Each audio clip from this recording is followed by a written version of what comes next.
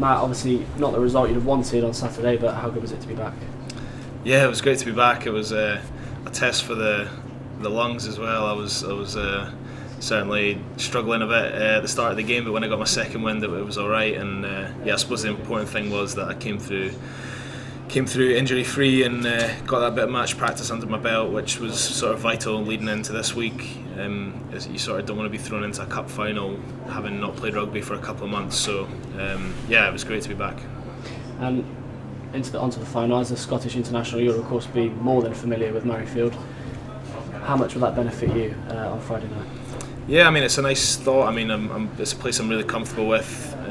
Played all my club rugby there with Edinburgh and all my international stuff there with Scotland, and it's somewhere that I'm really familiar with. So I suppose that won't be anything too different for me. So yeah, and any sort of little bits of advice I can pass on to the guys, I suppose will help everyone. But it's so exciting for me to be back in my home city, and I've got lots of friends and family coming to the game.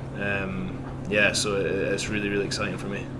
And of course, you mentioned there playing your club rugby at Murrayfield. What's the difference between a club match and an international match? Yeah, I mean, obviously, Scotland games it's sort of sold out, and it's a fantastic stadium to play rugby in. I think everyone who comes to Murrayfield says that, and so I mean, we'll be expecting a decent crowd there as well, and. I mean, obviously there is a bit of a difference in terms of attendances, but it's still a great place to play rugby.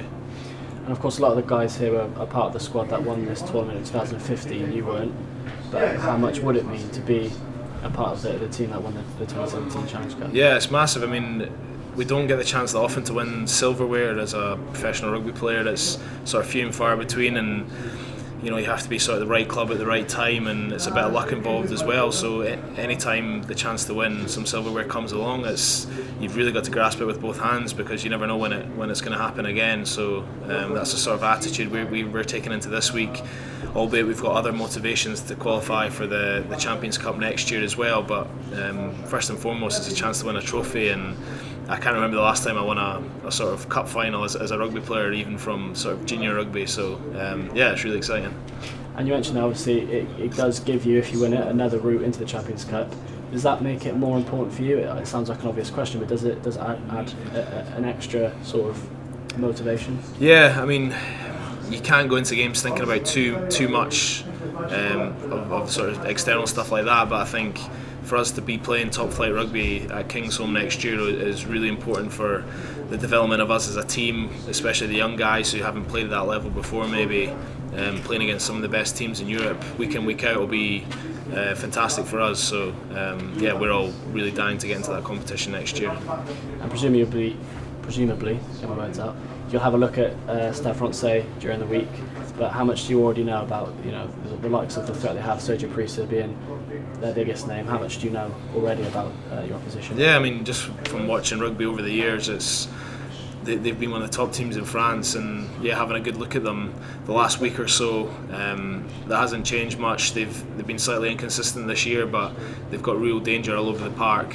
You obviously mentioned Parisse, played against him a lot for Scotland against Italy, and he's a fantastic player, and when you've got guys like him, you can't sort of switch off for a moment or they'll capitalise. So and they've got these guys all over the park, very, very French sort of team, in the sense that if the game breaks up, it sort of suits them very well. They've got really dangerous runners, so it's something that we'll be looking at closely this week and looking to counter.